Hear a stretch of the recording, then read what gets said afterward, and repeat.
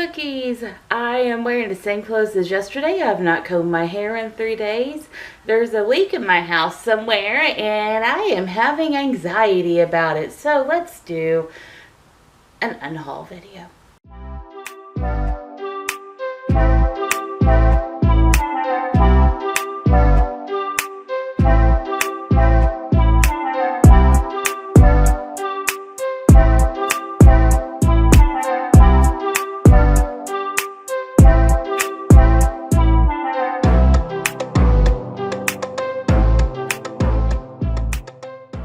Like I said, we're doing an unhaul video. Why?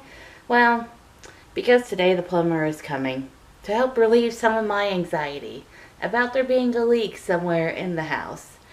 Because I am very, very concerned about that. Probably more than what you should be, but I'm super concerned. Enough so that I had an anxiety attack yesterday. I don't even know if you can see me. Hi. I had an anxiety attack yesterday and I could not force myself off the couch. I even tried to sleep on the couch. Have I slept? No. I've not slept. I've been up since 5 p.m. yesterday. 12 hours. So today's story is that the not emergency, I kind of scheduled it, but the plumbers are coming today. Hopefully they don't cancel on us. The other company did because they're shit. They also don't do plumbing, even though their website and the Yelp review say it, but whatever. So they're coming today, and because we have 2 dogs, one who is very reactive and is a pandemic dog. She was born in the early days of the panini, so she doesn't know how to people well sometimes. So to release some of that stress, I am taking them out on the town, which probably means a dog park and a hike somewhere.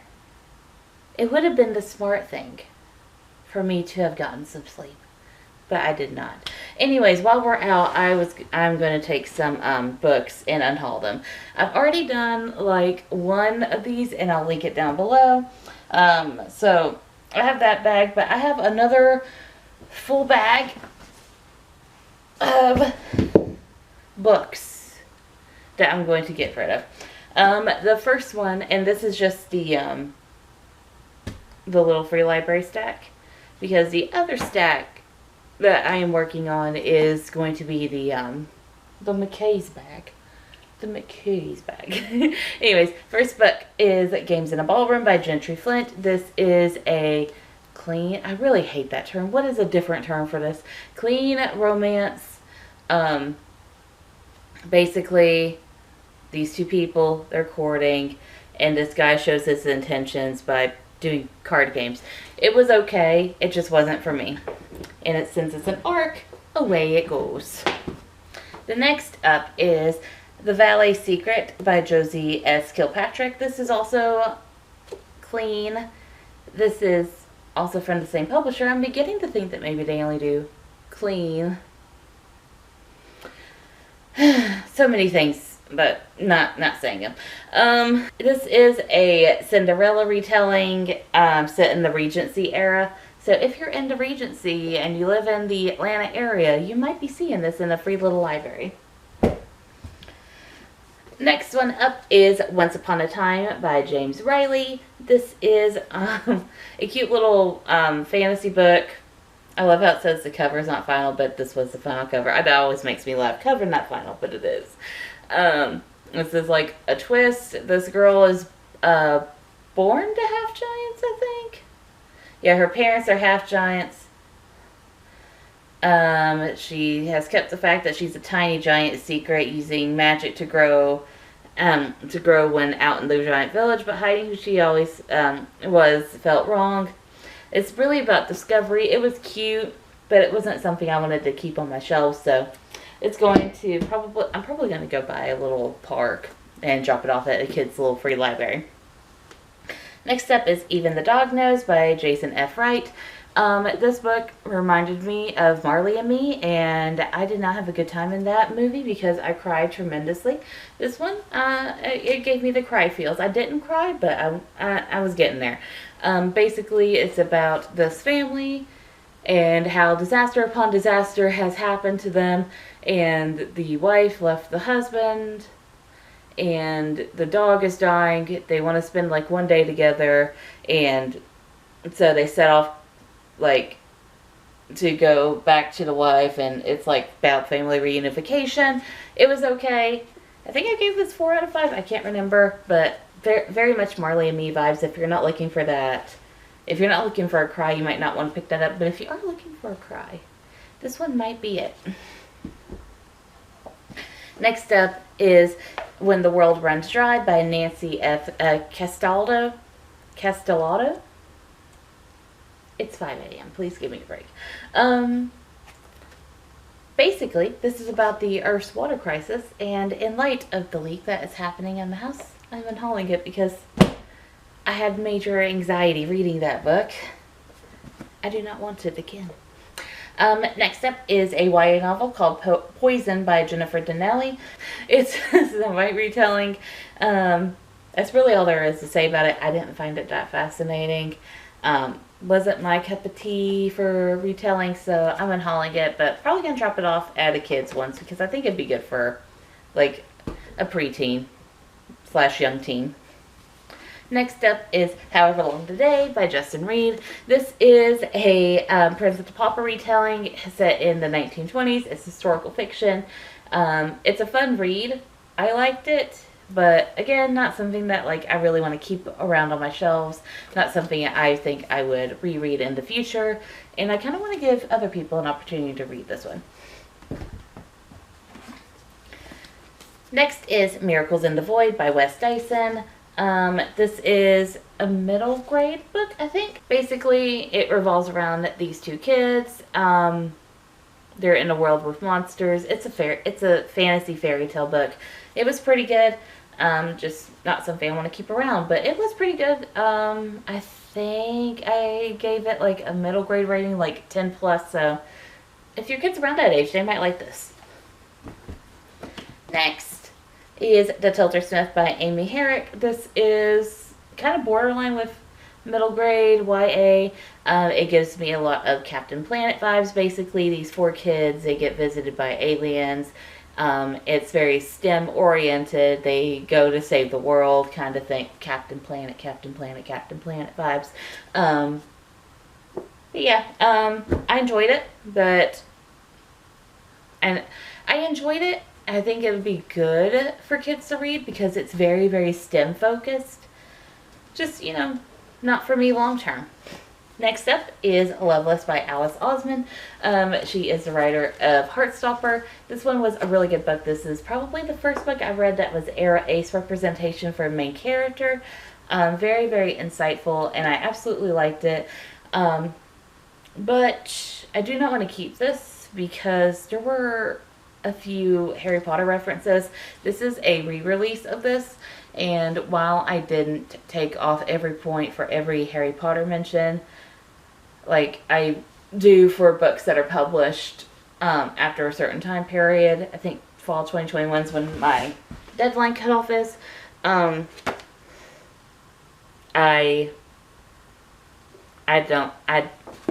You know, if you're writing books with LGBT characters, especially ones that have, you know, some trans rep in it,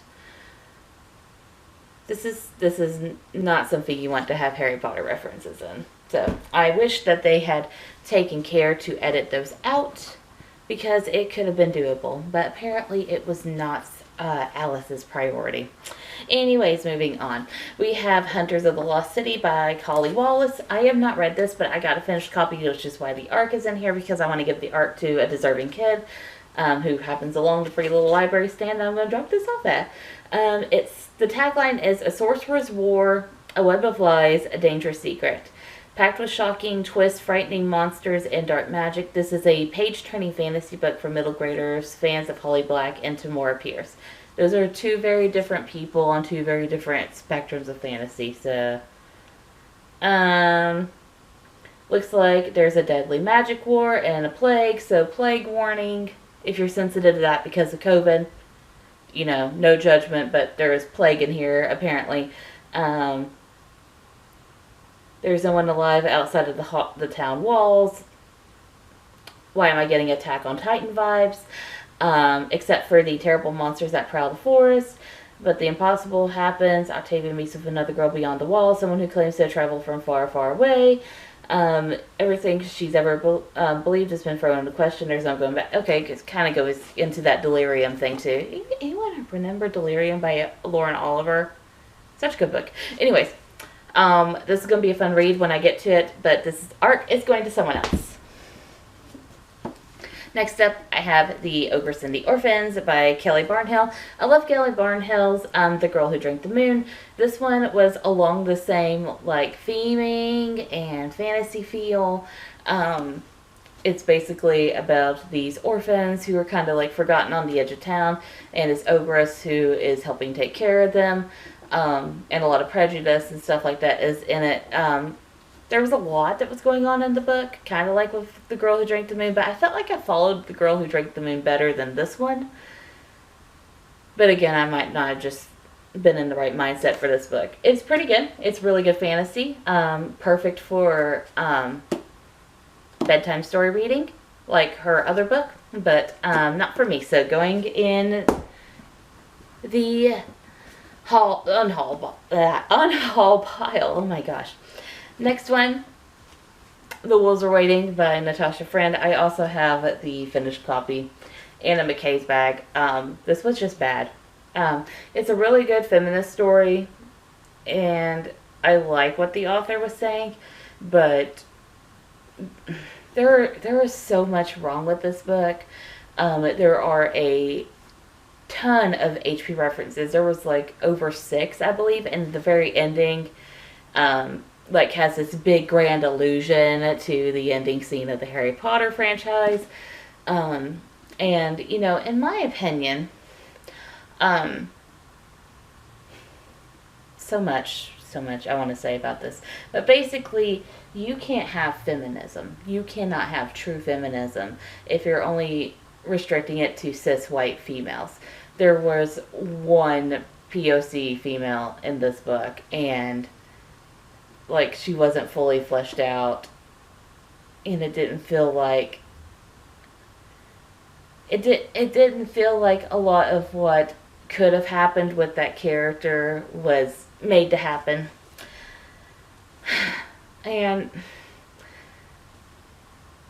you know, just the thing that got me the most, beyond the bad writing and the way that characters just suddenly turned heel and became like ultra feminist and stuff like that, and how there was no repercussions for one of the most important players of the sexual assault that happened. No repercussions whatsoever. It was honestly horrific, as you know, someone that has experienced that and stuff like that. Fucking horrific.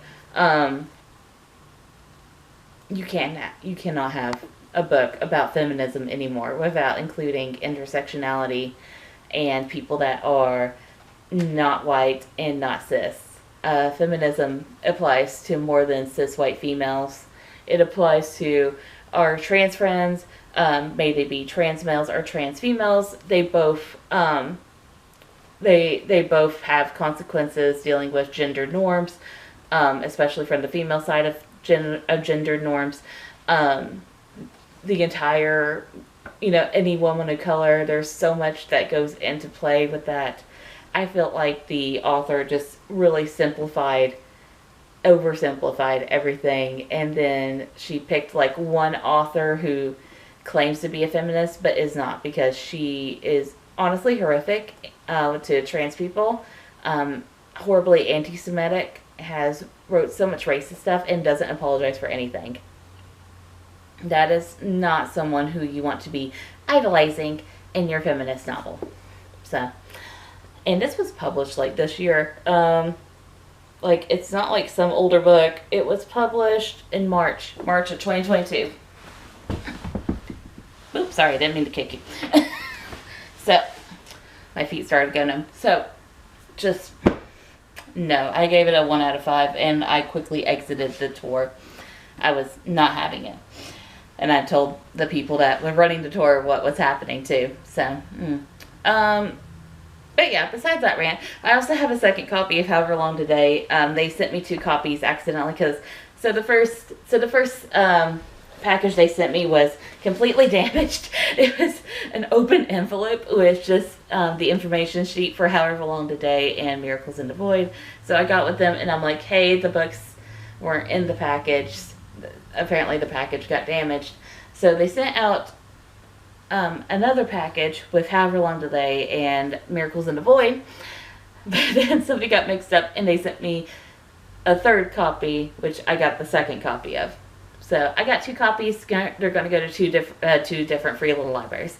But yeah, that is everything plus the other bag of goodies that I got. I got a ton of stuff to take to free little libraries today, so I'm going to take the doggos on a little adventure today while the plumber is trying to fix my leak. Thoughts?